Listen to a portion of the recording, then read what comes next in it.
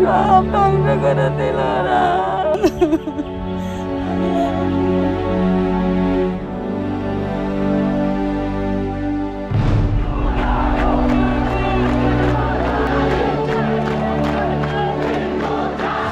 नमस्कार, मैं हूं दिनेश गौतम और आज अच्छी खबर आपके साथ साझा करना है।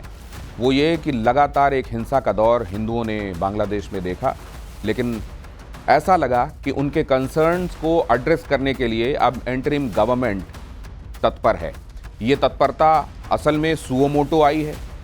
अगर आई है तो इतनी देर से क्यों आई है, ये एक बड़ा सवाल है। या फिर भारत का जो कूटनीतिक दबाव है, मोदी की जो डिप्लोमेसी है, वो आखिरकार रंग लाई है और हिंदुओं की सुनने के लिए वहाँ की सरकार को मजबूर होना पड़ा है।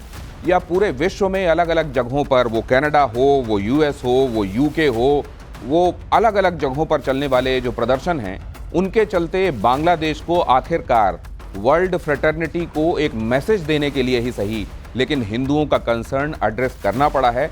वजह चाहे जो भी हो, लेकिन ये स्वागत योग्य कदम है कि मौजूदा अंतरिम सरकार जो बांग्लादेश में बनी है, उसके मुख्य सलाहकार मोहम्मद यूनुस आज ढाका में जो माँ ढाकेश्वरी का मंदिर है, जिसको शक्तिपीठों में से एक माना जाता है, वहाँ पहुंचकर उन्होंने हिंदू समुदाय से, इसके अलावा दूसरे अल्पसंख्यक समुदायों से मुलाकात की और उनके कंसर्न्स को सुना, एड्रेस किया।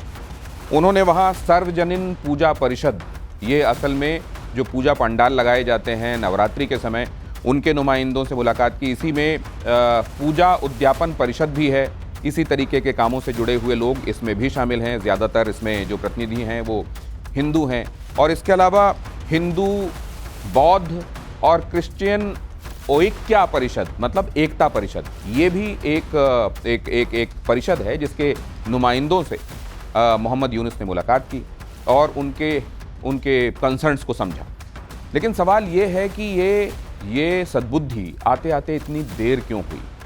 आप जानते हैं कि जैसे ही शेख हसीना मुल्क छोड़कर बाहर आई, वैसे ही वहाँ हिंसा का एक ऐसा दौर शुरू हुआ जिसने 64 ज़िलों में से 52 ज़िलों को ख़ास तौर से अपनी गिरफ्त में ले लिया और करीब करीब 500 अलग अलग जगहों पर हिंसा की छोटी बड़ी वारदातें हुई। सामूहिक रूप से ऐसी तस्वीरें हमने देखी जहाँ बहू बेटियाँ खुद को बचाने के लिए गुहार लगा रही थीं। सामूहिक तौर पर हिंदुओं की लिंचिंग की जा रही थी। एक संदेश अगर मोहम्मद यूनुस चाहते या उनके सहयोगी चाहते तो एक संदेश इस सब पर विराम लगा सकता था। उन्होंने ये संदेश देने में, ये कदम उठाने में देर क्यों की? क्या असल में जो दिखाई दे रहा है कि स्वतः स्फूर्त है या उनकी अपनी तरफ से किया जा रहा है, वो भारत की तरफ से जो भीषण कूटनीतिक दबाव है, ये मोदी डिप्लोमेसी की वजह से ही संभव हुआ है क्या? वहाँ पर पहुँचने के बाद भी एक बात ये देखने को मिली कि कंसर्न्स तो उन्होंने सुने, लेकिन ज़्यादातर वो अपनी तरफ से प्रवचनात्मक दिखाई दिए। इस लिहाज से कि उन्होंने कहा कि ये देश सबका है, आप अपने आप को यहाँ की मिट्टी का समझें, आप अपने आप को इंसान कहें, इस देश का इंसान कहें, इस देश का नागरिक समझें और उसके अलावा अपनी और कोई पहचान उजागर ना करें। अरे भाई, इन लोगों ने कभी नहीं कहा कि ये बांग्लादेशी नहीं है। इन्होंने सबसे पहले अपनी आइडेंटिटी को बांग्लादेशी के तौर पर ही सामने रखा है। लेकिन क्या इनके साथ इंसाफ हुआ है? हम अगर एक नहीं होंगे, हम अगर बटे हुए होंगे तो हम बांग्लादेश को वहाँ नहीं ले जा सकेंगे जहाँ हम ले जाना चाहते हैं। हम एक परिवार हैं और परिवार के सदस्यों के बीच में तो मतभेद का, मनभेद का कोई सवाल ही नहीं उठता है, इत्यादि इत्यादि। ये तमाम बातें मोहम्मद यूनुस की तरफ से कही गई हैं। अब सवाल यह है कि मोहम्मद यूनुस वाकई अभी चीज़ों को समझने में, समेटने में और वहाँ तक पहुँचने में, जहाँ जाकर वो इस मुलाकात को आखिरकार अंजाम दे पाए, ये एक स्वाभाविक देर है जो उनको लगी, या ये देर स्वाभाविक रूप से की गई, ये देर जानबूझकर की गई? और अगर ये देर जानबूझकर की गई तो ऐसा क्यों किया गया? क्या जमात के लोगों को खुश करने के लिए? क्या बीएनपी में जो कट्टरपंथी हैं उनको खुश करने के लिए?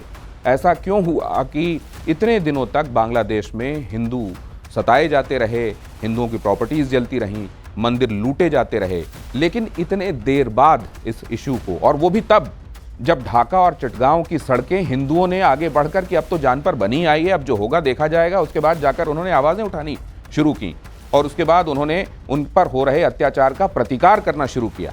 क्या इस प्रतिकार के बाद ये लगा कि वर्ल्ड फ्रेटर्निटी को क्या मैसेज जाएगा, वो जो कूटनीतिक दबाव है, अगर हम इस पर अमल नहीं लाएंगे तो शायद हमारे लिए मुश्किलें खड़ी होंगी, क्योंकि आखिरकार तो देश को चलाना है। क्या कोई इस तरीके की मजबूरी है और इसमें जानबूझकर एक टैक्टिकल डिले किया गया जिसके बाद ये मीटिंग की गई? बहरहाल इसको फिलहाल तो यही कहा जा सकता है कि देर आयद लेकिन दुरुस्त आयद। अब ये मीटिंग हुई है, क्या इसके बाद ये गारंटी मानी जाए कि मोहम्मद यूनुस की तरफ से ये कहा जाना कि हम एक परिवार हैं और आप एक इस देश के नागरिक हैं, इस देश के हर एक नागरिक का देश पर उतना ही हक है, क्या ये क्लीशे होगा? क्या ये वैसे स्टेटमेंट्स होंगे जो इसके पहले भी बहुत बार दिए गए? ये अंदेशा, ये डर इसलिए है कि ऐसे ही नहीं 1951 में जो हिंदू कौम वहाँ पर 22% की थी, वो 2022 आते आते केवल 7.5% रह गई। और जो 1951 की जनगणना के समय का ये डेटा मैं आपको 22% का बता रहा हूँ, 1975 ही जब आया था, 71 में बांग्लादेश आज़ाद हुआ, वो ईस्ट पाकिस्तान की जगह बांग्लादेश कहा जाने लगा, 1971 में हुआ। और 75 आते आते तक सिर्फ 13.5% बचे 22% से। ये बताता है कि बड़ा स्टीप तरीके से वहाँ हिंदुओं की पॉपुलेशन घटी है। अगर इसको कंपेयर करें आप बाकी की माइनॉरिटी के साथ, जिसमें ईसाई भी शामिल हैं, जिसमें बौद्ध भी शामिल हैं, उनकी तादाद कम हुई भी है अगर, तो नेग्लिजिबल कम हुई है। इतना ज़्यादा, इतना स्टार्क कमी देखने के लिए वहाँ नहीं मिलती कि आप सीधे 22% से 7.5% पर आ गए। मतलब ये लक्षित हिंसा रही है, ये टारगेटेड वायलेंस रहा है हिंदुओं के खिलाफ। और अगर ये लक्षित हिंसा रही है, टारगेटेड वायलेंस रहा है, और आज से नहीं, ये दशकों से रहा है, क्योंकि आपको ये मालूम है कि ईस्ट पाकिस्तान जब था तब भी हिंदुओं को टारगेट करके उनको समाप्त करने की कोशिशें की जाती थी। कानून ऐसे लाए जाते थे, जैसे एक कानून जिसके बारे में मैंने इसके पहले के वीडियोज़ में भी जिक्र किया है, वेस्टेड प्रॉपर्टी एक्ट, निहित संपत्ति अधिनियम।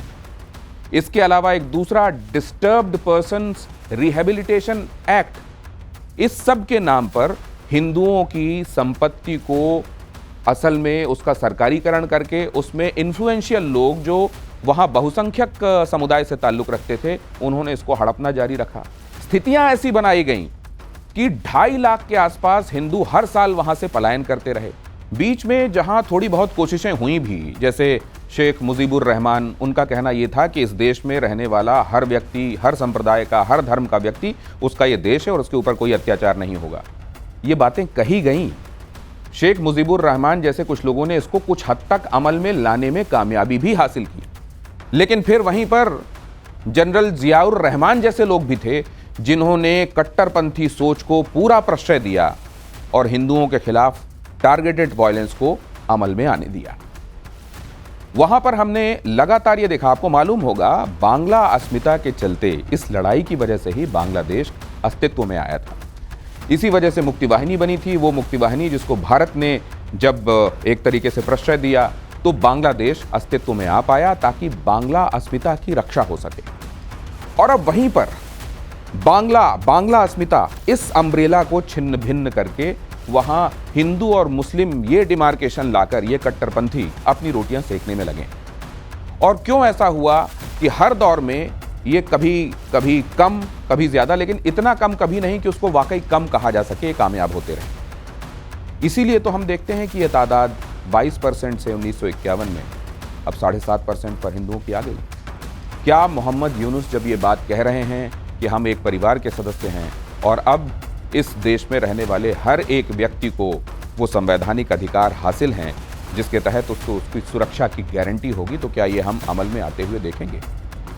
क्योंकि यही बांग्लादेश है जिसको जब 1971 में ये तय किया गया कि ये डेमोक्रेटिक कंट्री होगी, ये सोशलिस्ट कंट्री होगी और यहाँ पर हर एक व्यक्ति को ये धर्मनिरपेक्ष तरीके से यहाँ पर सरकारें चला करेंगी, तो कट्टरपंथियों को ये सुहाया नहीं और आखिरकार 1988 में इसको इस्लामिक रिपब्लिक घोषित किया गया। तो अगर कट्टरपंथियों की पेश देर सबेर चलती रही है तो क्या एक बार फिर से ये जो कुछ मोहम्मद यूनुस कह रहे हैं ये आई वॉश साबित होगा, या इस बार जो कहा जा रहा है वो किया जाएगा और ये इंटरिम गवर्नमेंट इस मामले में नज़ीर पेश करेगी? अभी बहुत यकीन तो नहीं होता, क्योंकि ट्रैक रिकॉर्ड मजबूर करता है अंदेशों के लिए, और साथ में ये भी कि कि अगर इसमें जमात और बीएनपी के लोग शामिल हैं, इस एंटरिम गवर्नमेंट को इन्फ्लुएंस करने में अगर उनकी चल रही है, तो फिर क्या मोहम्मद यूनुस की कही हुई इस बात को वो लेटर और स्पिरिट में अमल में आने देंगे? ये बहुत बड़ा सवाल है। लेकिन फिलहाल तो अभी शॉर्ट टर्म सोचा जाए।